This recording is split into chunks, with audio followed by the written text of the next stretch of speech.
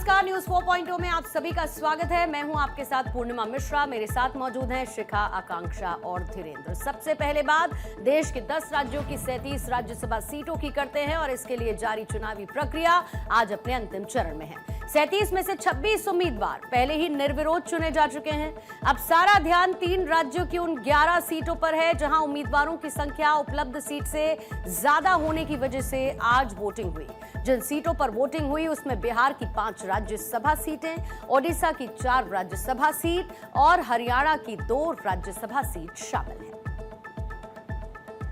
बिहार की 5 सीटों के लिए 6 उम्मीदवार मैदान में है, जिससे मुकाबला बेहद दिलचस्प हो गया है। दरअसल बिहार में राज्यसभा के लिए मुख्यमंत्री नीतीश कुमार, केंद्रीय राज्य मंत्री रामनाथ ठाकुर, बीजेपी के राष्ट्रीय अध्यक्ष नितिन नवीन और शिवेश कुमार की जीत लगभग तय मानी जा रही है। 5वीं सीट के लिए एनडीए समर्थित उपेंद्र कुशवाहा और आरजेडी के अमरेंद्रधारी सिंह के बीच सीधी टक्कर है। कुछ ऐसे ही हालात ओडिशा में भी है, जहां 4 राज्यसभा की सीटों के लिए 5 उम्मीदवार मैदान में है, तो वहीं हरियाणा में भी 2 राज्यसभा सीट के लिए 3 उम्मीदवार मैदान में है। राज्यसभा चुनाव को लेकर के बिहार के मंत्री अशोक चौधरी ने कहा, एनडीए सभी 5 सीटें जीतेगा। विपक्ष पर निशाना साधते हुए उन्होंने कहा कि मैं एक तरफ प्रेशर की राजनीति है तो वही दूसरी तरफ वैचारिक लड़ाई है। दबाव की इस लड़ाई में वो जितना दबाव झेल सकते हैं झेलते हैं और जब वो नहीं झेल पाते हैं तो भाग खड़े होते हैं। तेजस्वी यादव को अपनी राजनीति और अपनी पार्टी पर ध्यान देना चाहिए। लड़ाई है ना, एक है प्रेशर पॉलिटिक्स, एक है आइडियोलॉजिकल पॉलिटिक्स। दोनों में फर्क होता है। प्रेशर पॉलिटिक्स में जब तक प्रेशर ले सकता है लेता नहीं तो भाग जाता है, जैसे भाग गया लोग। Tejashwi ji should concentrate in his own political party and his own politics. बाकी एनडीए की राजनीति और एनडीए के नेताओं के ऊपर टिक्का टिप्पणी से बेटर है कि तेजस्वी जी अपनी राजनीति पर ध्यान दें। वहीं उड़ीसा में 4 राज्यसभा सीटों के लिए चुनाव में सियासी खींचतान बढ़ा दिया है। कांग्रेस ने अपने एक लापता विधायक को कारण बताओ नोटिस जारी किया है, जबकि विधायकों की कथित रूप से रिश्वत देने की कोशिश के आरोप में कर्नाटक के बेंगलोर से 2 लोगों को गिरफ्तार किया गया। उधर हरियाणा में 2 राज्यसभा सीटों के लिए मुकाबला दिलचस्प हो गया है। यहां पर भाजपा के साथ संजय भाटिया, कांग्रेस के करमवीर सिंह बौद्ध और भाजपा समर्थित निर्दलीय सतीश नांदल चुनावी मैदान में है। हरियाणा से राज्यसभा पहुंचने के लिए हर उम्मीदवार को 31 वोटों की जरूरत है। वहीं बिहार में आरजेडी के नेताओं ने जीत का दावा किया है और कहा है कि उनका प्रत्याशी एनडीए के प्रत्याशी को शिकस्त देगा। बिहार में राज्यसभा चुनाव के लिए जो वोटिंग हो रहे हैं उसमें महागठबंधन के उम्मीदवार, विपक्ष के उम्मीदवार की जीत निश्चित है। चाहे एनडीए जितना जोर लगा ले, लेकिन जीत हमारे उम्मीदवार की ही होगी। सीएम योगी आदित्यनाथ आज राजस्थान दौरे के दौरान जालौर पहुंचे, जहां सिरे मंदिर धाम में आयोजित धार्मिक कार्यक्रम में हिस्सा लिया। इस दौरान मंदिर परिसर में आयोजित विशाल धर्मसभा को संबोधित करते हुए योगी आदित्यनाथ ने धार्मिक आस्था और राम मंदिर के मुद्दे पर विपक्षी दलों पर निशाना साधा। उन्होंने कहा कि पिछली सरकारें भारत की धार्मिक आस्था को अंधविश्वास और रूढ़िवाद बताकर उसका मजाक उड़ाती थी, जबकि देश की असली ताकत उसकी आस्था और संस्कृति में समाहित है। राम मंदिर का जिक्र करते हुए सीएम योगी ने कहा कि जिन्होंने भगवान राम के अस्तित्व को नकार दिया, आज समय ऐसा आ गया है कि राम ने उन्हें भी नकार दिया। उन्होंने कहा कि प्रधानमंत्री मोदी के नेतृत्व में देश ने अपनी सांस्कृतिक पहचान को नई ऊर्जा दी है। अयोध्या में बने राम मंदिर का उदाहरण देते हुए उन्होंने कहा कि जब समाज एकजुट होकर खड़ा होता है तो 500 सालों से लंबित समस्याओं का भी समाधान संभव हो जाता है। पहले की सरकारों ने बांटने में विश्वास किया, परिणाम था हम आपस में बटे थे, जाति के नाम पर बटे थे, क्षेत्र के नाम पर बटे थे, भाषा के नाम पर बटे थे। जाति, क्षेत्र और भाषा का विभाजन देश को कमजोर कर रहा था। कहीं कश्मीर की समस्या थी, कहीं पे अन्य समस्याएं थी, नक्सलवाद की समस्या अलग थी, भाषाई विवाद अलग थे, जातीय संघर्ष अलग था, अराजकता का तांडव होता था, शासन की सुविधा का लाभ गरीबों को नहीं मिल पाता था, दलितों वंचितों को नहीं मिल पाता था, अति पिछड़ी जातियां उससे वंचित रह जाती थी। मोदी जी आए, उन्होंने देश को एक स्वर में जोड़ने का काम किया। कश्मीर की समस्या का समाधान निकाला, नक्सलवाद की समस्या का समाधान निकाला, गरीबों को उनका अधिकार दिलाया, हर प्रकार की सुविधा उन तक पहुंचाने का काम बिना भेदभाव के किया। मुख्यमंत्री योगी आदित्यनाथ ने कहा कि भारत की आध्यात्मिक और धार्मिक परंपरा ही समाज को कठिन समय में जोड़कर रखने की ताकत देती है।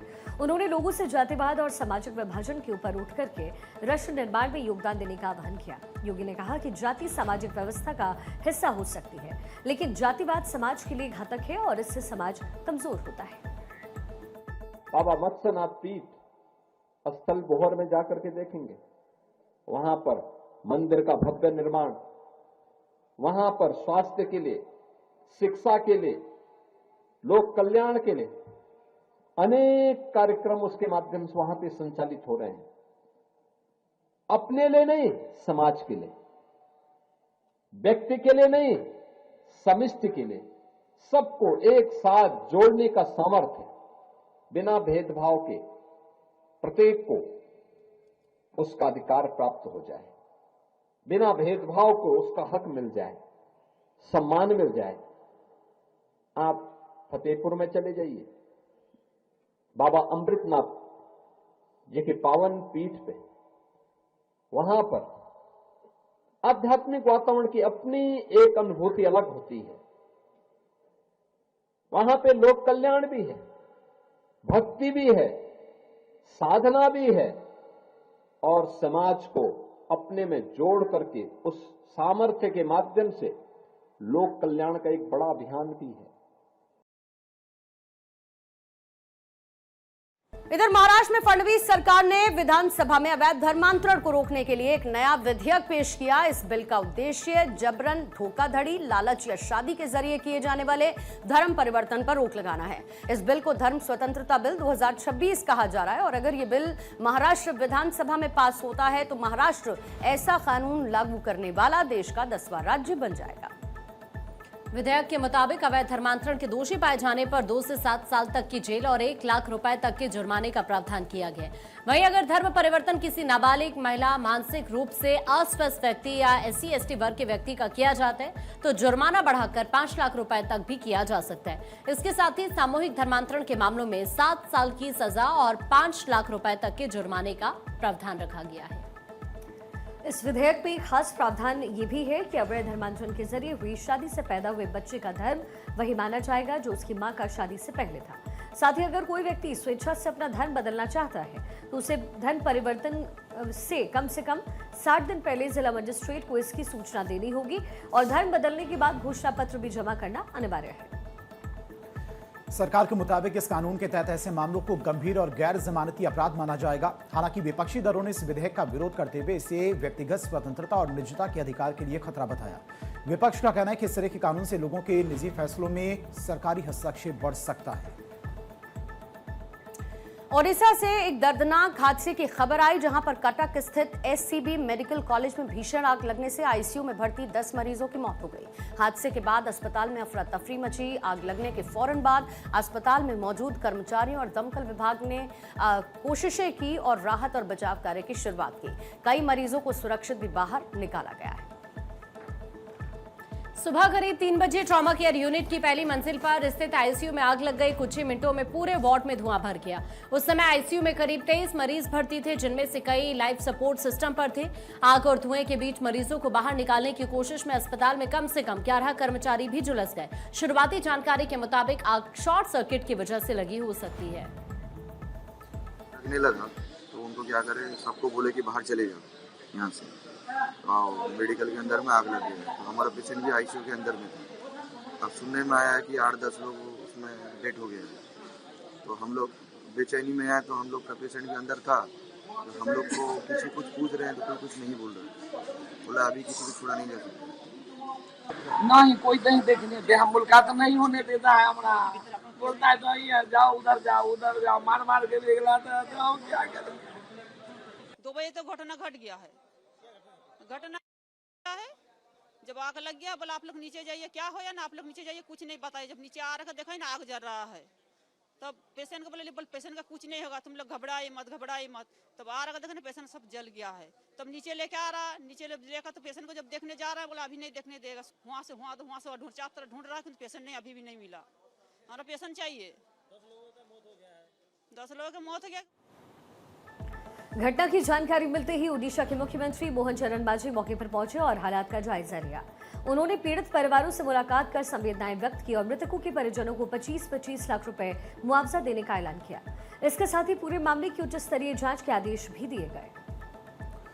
प्रधानमंत्री नरेंद्र मोदी ने हादसे पर दुख जताते हुए प्रधानमंत्री राहत कोष से मृतकों के परिजनों को 2 लाख रुपए और घायलों को 50,000 रुपए की अनुग्रह राशि देने की घोषणा की है। प्रारंभिक जांच में आशंका जताई जा रही कि आईसीयू के एयर कंडीशनिंग सिस्टम या फिर किसी मेडिकल उपकरण में इलेक्ट्रिक शॉर्ट सर्किट से आग लगी है। फिलहाल आग लगने के असली कारणों की तलाश की जा रही है।